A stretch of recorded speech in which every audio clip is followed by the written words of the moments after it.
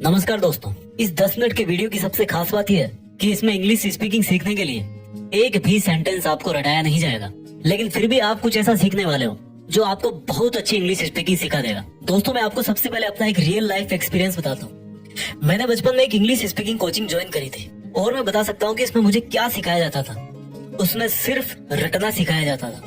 हम लोगों को डेली 10 सेंटेंस रटना पड़ता था और उन 10 सेंटेंस को रट करके हम एक रूम में बैठ करके उनको फिर बोल बोल करके प्रैक्टिस करते थे। लेकिन मुझे काफी लंबे टाइम के बाद में समझ में आया कि जिस बंदे से, जिस कोचिंग से मैं इंग्लिश स्पीकिंग सीख रहा हूँ, उसको सिर्फ पैसे लेने से मतलब है। वो पैसे लेता है, अपना कोर्स खत्म करवाता है और उसके बाद आप पे है कि आप उसको कैसे प्रैक्टिस में लेते हो, क्योंकि उसका बिजनेस था। हालांकि बहुत सारी अच्छी कोचिंग्स भी होती है। मैंने काफी लंबे टाइम के बाद में ये समझा कि एक ऐसा तरीका है जिससे कोई भी बंदा घर पर बैठकर एकदम फ्री में बिना कोई 1 रुपया दिए इंग्लिश स्पीकिंग सीख सकता है, वो भी एकदम हाई लेवल की। दोस्तों, आपको लाइफ में कितनी बार ऐसा फील होता है कि यार मेरे पास नॉलेज अच्छा है, मेरी पढ़ाई में मार्क्स भी अच्छे आते हैं, मैं ठीक ठाक दिखता भी हूँ, लेकिन इस इंग्लिश की वजह से मैं आगे नहीं बढ़ पाता, या इंटरव्यू में पास नहीं हो पाता, या लोगों को इम्प्रेस नहीं कर पाता। देखो, आपको जॉब चाहिए, आपको इंग्लिश में कन्वर्सेशन सीखना है, या आप लोगों को अपनी इंग्लिश स्पीकिंग से इम्प्रेस करना चाहते हो, आपका इंग्लिश स्पीकिंग सीखने का जो भी रीजन है, उस रीजन की खातिर मैं आप लोगों से विनती करता हूँ कि आप इस वीडियो की एक भी लाइन मिस मत करना, क्योंकि मैंने बहुत सोच समझ के इस वीडियो में एक एक लाइन बोली है और इसको बनाने में काफी ज्यादा टाइम भी लगाया है, ताकि मैं आपको दुनिया भर की बातों के बजाय कोई ऐसा रामबाण तरीका बता दूं जिससे आप इंग्लिश स्पीकिंग के बादशाह बन जाओ। और गुड न्यूज है कि यस, इस वीडियो में इंग्लिश स्पीकिंग सीखने का रूट पॉइंट बताया गया है, यानी अंग्रेजी सीखने की जड़ है वो। उसको जाने बिना आप कभी भी अच्छी अंग्रेजी बोलना नहीं सीख सकते। तो देखो, जब आप पैदा हुए थे तब आप कोई सी भी लैंग्वेज नहीं जानते थे और तब आपका दिमाग भी आज के जितना काम नहीं करता था। लेकिन जैसे ही आप 3-4 साल के हुए, आपने अपने परिवार की तरह बोलना सीख लिया कि आपको क्या खाना है, कौन सा खिलौना चाहिए, क्या प्रॉब्लम है। और सबसे बड़ी ताजुब की बात तो यह है कि हम में से किसी ने भी पैदा होते ही ना तो कोई स्पीकिंग कोर्स किया था और ना ही कोई स्पीकिंग के लिए कोचिंग ज्वाइन करी थी, लेकिन फिर भी हम उस उम्र में अपने परिवार की लैंग्वेज बोलना सीख गए। अब आज की बात करते हैं। इसमें कोई डाउट नहीं है कि आज आप बचपन से ज्यादा इंटेलिजेंट हो। आज आपके पास इंग्लिश स्पीकिंग कोर्सेज की कोई कमी नहीं है। आप बचपन से हर क्लास में इंग्लिश पढ़ते आए हो। और सबसे मेन बात कि आज आप दिन में कितनी ही बार इंग्लिश में ही अपना मोबाइल चलाते हो। तो अब सोच समझ के ये बताओ मुझे कि बचपन में ऐसा क्या था आपके पास जो आज नहीं है, और जिसकी वजह से आज आपके पास कैपेबिलिटीज और फैसिलिटीज ज्यादा होते हुए भी 10-12 साल से क्लास में इंग्लिश पढ़ते हुए भी जहाँ पर इंग्लिश बोलने की बात आती है वहीं पर घबरा जाते हो। और जब किसी दूसरे बंदे को इंग्लिश बोलते हुए देखते हो तो मन ही मन सोचते हो कि यार क्या मस्त अंग्रेजी बोल लेता है वो तो, और वहीं से फिर आप खुद को छोटा समझना चालू कर देते हो। और ऐसा ही होता है, आपका कॉन्फिडेंस डाउन हो जाता है। तो अब सीधा मेन बात करते हैं कि यार ऐसा क्या करें कि इंग्लिश बोल के तबाही मचा दें। तो इंग्लिश सीखने के लिए मैं आपको सबसे पहले उस टाइम में लेकर के जाऊंगा जब आपका जन्म हुआ था, क्योंकि आज हमें वहीं से सीखना है। मेरी बातों को ध्यान से समझना। जब आप छोटे थे तो आपके चारों तरफ जितने भी लोग थे वो सब के सब एक लैंग्वेज में बात करते थे। चाहे आप हिंदी परिवार में पैदा हुए, चाहे आप बंगाली परिवार में पैदा हुए, या फिर आप किसी तमिल, तेलुगु, किसी भी लैंग्वेज के परिवार में आप पैदा हुए, यानी कि आपके चारों तरफ हमेशा वो लोग थे जो उस लैंग्वेज को बोलते थे। और आपकी मजबूरी कह लो या कुछ भी कह लो, आपको भी वही सुनना पड़ता था जो आपके घर वाले बोलते थे। अब यहाँ से 2 बातें निकल के आई है। फर्स्ट इज लिसनिंग, यानी कि सुनो। एक बच्चा बचपन में पहले बातों को ध्यान से सुनता है, कई बार सुनता है, और वो कितनी बार सुनता है तब जाके वो उसको ठीक से एक बार बोलता है। आपने आज तक इंग्लिश ठीक से पढ़ी है लेकिन ठीक से सुनी नहीं है। आपने जब भी इंग्लिश में कोई मूवी देखी या न्यूज देखी तो हमेशा ये सोचकर उसको अवॉइड करने की कोशिश करी कि यार इसमें मजा नहीं आ रहा, हिंदी में देखता। और वहीं से आपने इंग्लिश को इतना टफ मान लिया कि वो आपके सबकॉन्शियस माइंड में बैठ गया कि इंग्लिश सीखना टफ है। एक बार किसी बड़े म्यूजिशियन ने कहा था कि अगर आप म्यूजिक सीखना चाहते हो ना तो म्यूजिक को ठीक से सुनना सीखो, और जब आप सुनोगे तो 50% म्यूजिक आप ऐसे ही सीख जाओगे। सेम चीज आज हम यहाँ पर इंग्लिश स्पीकिंग में अप्लाई करने वाले हैं। इंग्लिश लिसनिंग, यानी कि ध्यान से अंग्रेजी को सुनना सीखो। ये बहुत आसान है और बहुत ही इफेक्टिव है, क्योंकि इंग्लिश स्पीकिंग हम लिसनिंग और स्पीकिंग से ही सीख सकते हैं। राइटिंग और रीडिंग तो हम कितने ही सालों से करते आ रहे हैं, उससे नहीं सीखने वाले। सबको पता है कि गो का मतलब जाना होता है, इसकी सेकंड फॉर्म वेंट होती है और थर्ड फॉर्म गॉन होती है। लेकिन मेरे भाई, उनको यूज कहाँ करना है, कैसे करना है, ये आप सुनकर और बोलकर ही जान पाओगे। अब बात आती है कि चलो समझ गए, सुनना है, लेकिन क्या सुने। देखो, अगर आपको इंग्लिश मूवी देख रहे हो तो उसको इंग्लिश में ही देखो, उसकी दूसरी लैंग्वेज में डबिंग मत देखो।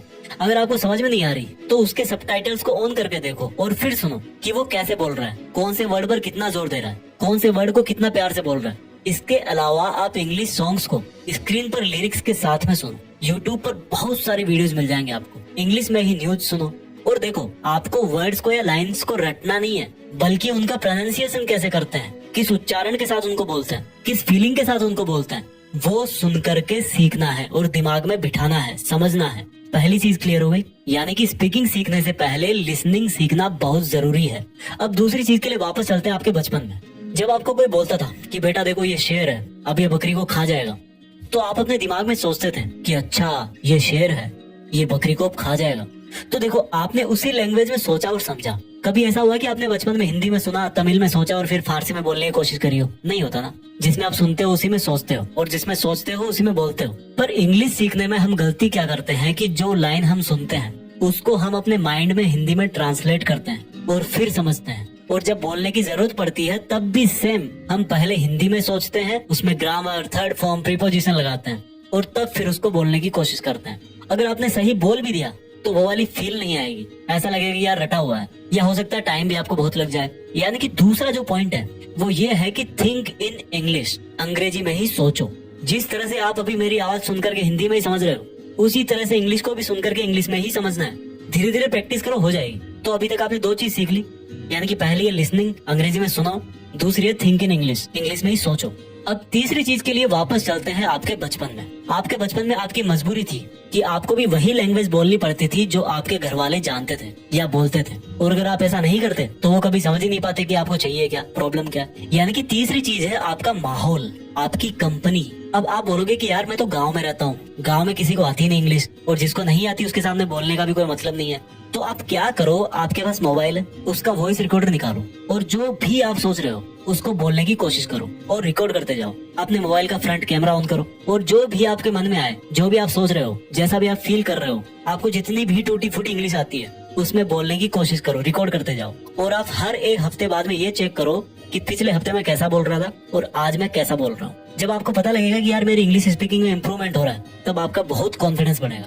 देखो, किसी मंजिल पे चढ़ने के लिए एक एक सीढ़ी से होकर जाना पड़ता है, ठीक है।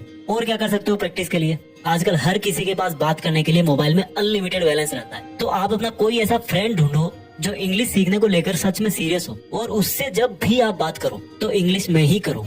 आपको जैसी भी आती है, जितनी भी आती है, आप वही बोलो। और जब बात खत्म हो जाए तो उस लाइन को पहचानो जो आपने रॉन्ग बोली हो, और फिर अगली बार उसको सुधारना है। यानी कि किसी भी तरह से आपको अगर हो सके तो डेली कम से कम 1 घंटा तब तक प्रैक्टिस जरूर करनी चाहिए, जब तक आपको नहीं लगे कि आपका कॉन्फिडेंस बढ़ गया है। और जब आपको लगने लगे कि अब मैं ठीक बोलने लगा हूँ, तो उस प्रैक्टिस ड्यूरेशन को फिर कम कर सकते हो। जब आप ठीक ठाक बोलने लगो तो अपने इस लेवल को और ऊपर करना है। यानी कि जैसे कभी आपके पास किसी कंपनी का कॉल आ गया मोबाइल पे, या आप बैंक में गए किसी काम से, तो वहाँ पर आप हिंदी के साथ में इंग्लिश को भी मिक्स करने की कोशिश करो। एग्जाम्पल दे रहा हूँ, बहुत बार जरूरत पड़ती है अपने को, रटना मत लेकिन इस लाइन को। जैसे मान लो आपको किसी अनजान से पेन मांगना पड़ गया, होता ना ऐसा बहुत बार, तो क्या बोलोगे? एक तरीका तो ये कि भैया थोड़ा पेन चाहिए था, और एक तरीका ये कि excuse me, can I have your pen for a minute, थोड़ा सा लिखना था।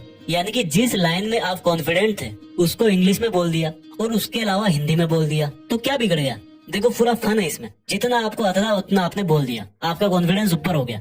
घबराना नहीं है ज्यादा। इस तरह से आप कहीं भी इंग्लिश स्पीकिंग का माहौल बना सकते हो। अब दोस्तों, बात करते हैं इस वीडियो के सबसे जरूरी पार्ट की, जो मुझे लगता है कि बताना बहुत जरूरी है कि क्या अंग्रेजी सीखना वास्तव में जरूरी है। देखो दोस्तों, कोई भी लैंग्वेज का पर्पस सिर्फ और सिर्फ दूसरों की थॉट्स को समझने और खुद की थॉट्स को दूसरों को समझाने के लिए होता है। आजकल बहुत सारे जॉब्स में आपने देखा होगा कि उसमें इंग्लिश स्पीकिंग कंपलसरी होती है, क्योंकि उन जॉब्स में उन लोगों से बात करनी पड़ती है जो इंग्लिश बोलना प्रीफर करते हैं या सिर्फ इंग्लिश ही जानते हैं। या मान लो आपको टूरिस्ट गाइड बनना है और कोई विदेश से आ रहा है, इंग्लिश ही आती है उसको, तो भाई आपको इंग्लिश आनी ही चाहिए।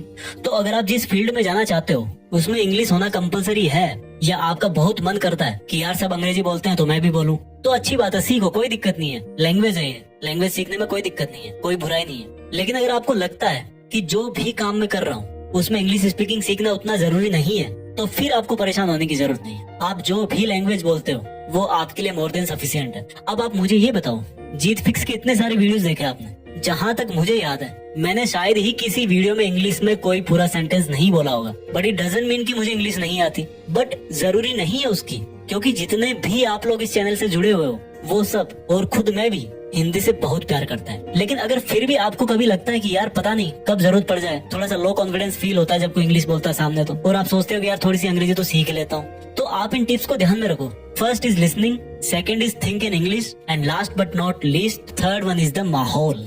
भाई माहौल बनाओ, सीख जाओगे, लेकिन हिंदी से प्यार करना छोड़ना मत। जय हिंद, वंदे मातरम।